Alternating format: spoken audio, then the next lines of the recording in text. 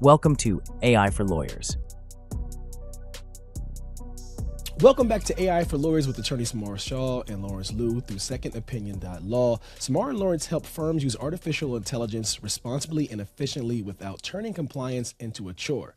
I'm Evan Mack, and today we're talking about how to build an AI policy that people will actually follow, one that protects the firm, guides employees, and still leaves room for innovation. Samar, sir, welcome back. Thanks for having me, Evan. Glad to be here. Lawrence couldn't join us today. He had a personal issue come up, but he sent me his notes, so he's well represented here. He'll be here. He'll be here in spirit. I'm sure. But Samar, when a firm decides it's time to create an AI policy, what usually drives that decision? Risk, client demand, or just trying to stay ahead? What do you think? Yeah, that's right. Historically, that has been the case is, attorneys at the firm start using AI and the firm management says, well, we should figure this out. Maybe there's some risk here for the firm as well as for the lawyers. And how can we protect against that risk? So that's kind of the historical driver. But, AI, as we all know, is being fast adopted by everyone, including lawyers and their clients now. It used to be that clients would say, hey, your lawyers, if you're working on my stuff, you can't use AI, right? You're banned from using AI on our stuff. Yep. And now it's the opposite. Now they're like, well, we definitely want you to use AI. We want you to cut our bills, but we want you to do it safely and effectively. So they are expecting clients to use AI, or they're expecting their lawyers to use AI. And they are also asking for policies and documentation about what kind of guardrails do they have, how is their information going to be protected, that kind of thing. So clients are now asking for these AI policies as opposed to law firms driving it. So, certainly law firms should be worried about these things. This is important from a liability perspective, but you also need to have these things in place because if the clients haven't asked you for it now, they will ask for it sooner rather than later. So what core topics should every AI policy cover, regardless of the firm size or maybe the practice area? Yeah, I think there are 2 or 3 important things that need to be covered. The first one and the most important one is a mandatory human verification layer, right? General purpose AI models have, we've talked about this in our previous podcast episodes. They hallucinate anywhere between 60 to 80% of the times on legal queries, right? So you got to have some kind of human in the loop who's verifying all these things and making sure that what's actually cited is real. There is also the other thing the policy needs to cover is what kind of things is it okay to put into these public AI models or, paid AI models. So as we know, public AI models, the free tools will, you usually sign a waiver that says, hey, this data could be used for retraining purposes or for any purposes that the AI company deems appropriate. So, you got to have some guidelines about that, about usage of free tools. And oftentimes that's a strict ban on using AI tools is appropriate given all the risks that are out there. And then you got to also have, policy or nuance about what goes into even the paid tools, right? Where they don't have access to your data, is still sent to an LLM in some form or fashion, right? And there was this famous Samsung case where, they were on a paid plan. So technically OpenAI wouldn't retain this information that the Samsung engineers put in there. And the engineers put in their bunch of code, right, source code into the AI tool. And even though contractually the LLM provider would not have access to the data, that data somehow got leaked. So we do know that it was being stored somewhere, maybe unbeknownst to the actual user. And it was out there. And that's a big problem for lawyers too, right? There's another case out there where an attorney used a transcription tool to record calls, and there were attorney-client privileged materials that remained privileged, but there was some information in there that was a trade secret. And because the attorney was using a free tool, um, the terms of services said that the company could use this transcript data to make their models better or to train their employees, and they said that was disclosure of confidential information, and therefore their trade secrets could be no longer be protected in an interesting way. So those are the two big ones, I think. And then billing, of course, is the third biggest one, right? You gotta have policies about what you're gonna do with the billing practices. So if you normally bill 10 hours for a job, and with AI that cuts you down to one, are you going to bill 10 or are you going to bill one? And different states, as we've talked about in the past, have come down in different places here. But you got to have some kind of policy about this, and be compliant with whatever your state and federal bar requires. Otherwise, you're going to be in trouble potentially. So, Samar, how detailed should a policy be? Where's the balance between helpful guidance and maybe too many rules? Yeah, and this is a tough one. It will depend a little bit on the size of the firm. Um, I always think that there is like the committee and the planning process, right? And then there's the framework of how we use AI. And I think, having specific debates about which tool should we use, and what version of the technology should we be using, or what version of the LLM model should we be using, or where should we stop?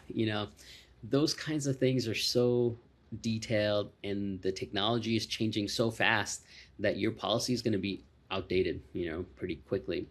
I kind of think of it as like bringing a typewriter to, like a quantum computer race or something like that, right? It's just going to be too slow. And I think attorneys of all people understand this better than anyone else, right? Because we've been exposed to, the Constitution and the rule of law, and focusing on kind of the big picture guidelines, the frameworks for what kind of behavior is acceptable, what kind of data are you allowed to put in there, what are the billing practices that are timeless, are probably a better thing to put into this policy, as opposed to what is kind of the hot thing right now, or the hot debate topic right now. Certainly there's a place for discussing that, but you have to have a more framework driven approach to these policies, or they're going to be outdated very, very fast. So who should have a seat at the table when drafting the policy? IT, compliance, partners, associates, or somebody else? This is how law firms work, for better or for worse.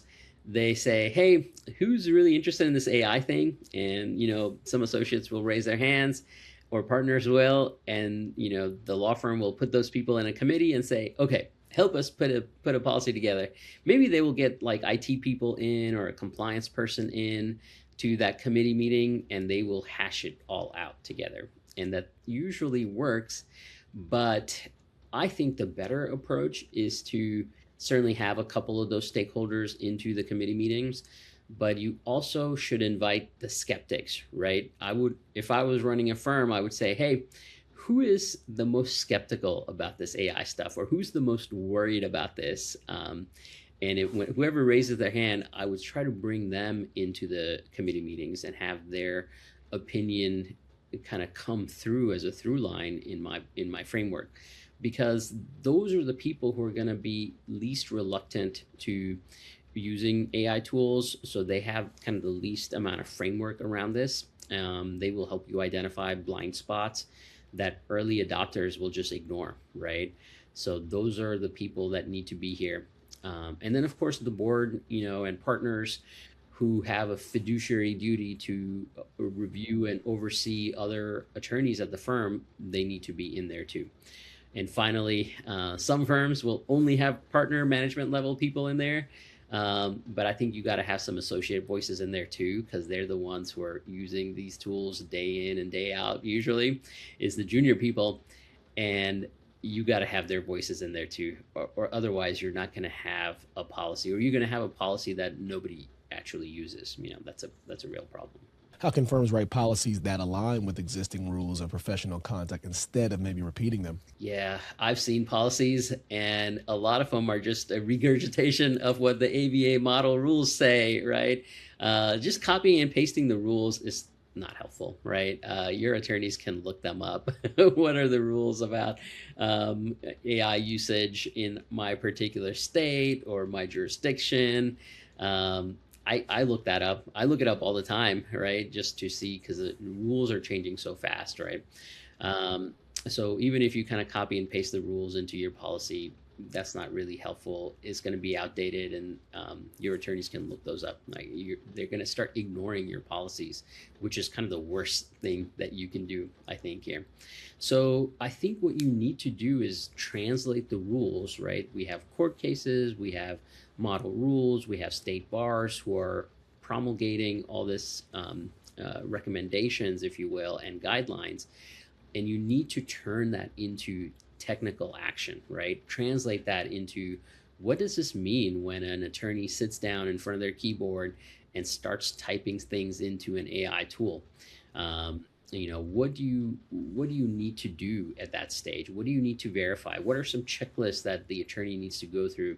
Hey, is this permitted by the engagement agreement with the client? Is this a high risk type of a disclosure that I shouldn't be making? That kind of thing. So you got to translate this to kind of what the attorney is going to be going through when they're in front of their computer. And the other thing is that you should be thinking about this AI as an assistant almost, right? Like as a junior associate, somebody who is very good and very fast, but completely unreliable. Maybe not completely, but the policy has to kind of take that into account, that hey, this assistant or helper is very competent a lot of times, but very challenged in other times, right? So you got to kind of deal with that Jekyll and Hyde nature of AI tools as well. So once the policy is written, what is the best way to train staff so they understand it and actually use it? Yeah, so this is also a challenge for attorneys, because and software developers are kind of the same thing. They've been dealing with this a little bit longer than attorneys have. But attorneys are logic driven, right? Our legal system is based on logic. And that's how we have evaluated tools forever, right? And we say, hey, these are the inputs. How can I logically evaluate the output, see how good or bad it is, and then I'll go from there. But the AI models are not necessarily based on logic, right? They are based on a probabilistic, right? The way they work is they predict the probability that the next word is correct, not so much that the actual concept is correct, right? So it will lead you astray if you have an overly logical lens about, input in, check output, and, does it make sense? So I think you have to explain that to attorneys that, hey, like a one kind of formal check is not a substitute for all your subsequent checks, right? They have to understand how an AI model works. How does the math work, right? And what are the statistics and probabilities? And if you can understand that at a fundamental level, I think your attorneys will do a much better job of checking and cultivating an appropriate skepticism about AI output, right? And then you also have to, if you want people to follow this, you gotta kind of encourage people to talk about their experiences. I think, in law firms are the worst offenders of this, right? If somebody messes up, that is not talked about, right? And it's often, like that's what lawyers are paid to do. We're supposed to minimize risk, right? So lawyers will over-index on not messing up, and if there is an error, they will do their best to hide it or minimize it in some way, because culturally at a law firm, making errors can ruin your reputation, right, within the firm, or may ruin your ability to kind of advance up the steps of a law firm ladder. But you gotta change that. You have to create a culture where Disclosing these things and bringing them to the attention of the firm is not punitive in any way. And that will help you create a better risk profile and better adherence to these policies in the future. So how can firms, track that compliance without, creating bureaucracy or distrust? Yeah, I think you got to have some structural compliance, right? So there's the SOC 2 compliance. You got to make sure your AI tool and vendors are using those things. You know, too much bureaucracy is going to create too much work for a lot of firms, and things are going to get missed, right? If you have like keystroking data and stuff like that, that's not, as an attorney, that's not a place I would want to work, right? Where I'm like, why is management thinking that recording every move that I make, that's not great. But you got to have, meetings, lunch and learns are often great places to talk about these things and say, hey, what happened here? Share your experiences, like a round table. This is why we created secondopinion.law, right? We have this audit logging tool where it transfers context without being intrusive, like you don't want attorneys to be feeling like every decision they make is put under a microscope, but being able to kind of pull out reasons why some decisions were made and some decisions were not made for somebody else to review, I think is really helpful. So being able to do some of that, I think, is very helpful as well. So when should a policy be updated, and who should, own that review process as technology and the ethics and opinions evolve? Yeah, I think you got to do it, certainly on some kind of a trigger schedule, right? So every year, every quarter, something like that. And then the other trigger would be when a major case comes out, right? So lawyers are very good at staying on top of case law and statutes and model rule promulgations. So those types of things are usually a good time to revisit. The third thing that attorneys may not think about is when software gets updated. You've got to look at, why is the software updated and what does that mean for our policies, right? Sometimes you get a note, and when you fire up the software that says, hey, our terms and conditions have changed. That's a good time to read those and compare them against your policies, right? Make sure it hasn't been impacted. So those are the things that I would look at from a trigger perspective. And finally, what's the one quality you've seen in effective AI policies that make them, last, such as clarity, flexibility, or maybe that leadership buy-in? Yeah, I think the best ones that I have seen focus on kind of durable policies that are anchored in ethical obligations and guidance in terms of what the attorney should do when they're in front of their computer, right? Those are the ones that are the best ones. The ones that are about specific tools, there was one that I was reading the other day where it was so outdated. It was talking about GPT 3.0 and we're at 4 point whatever now, right?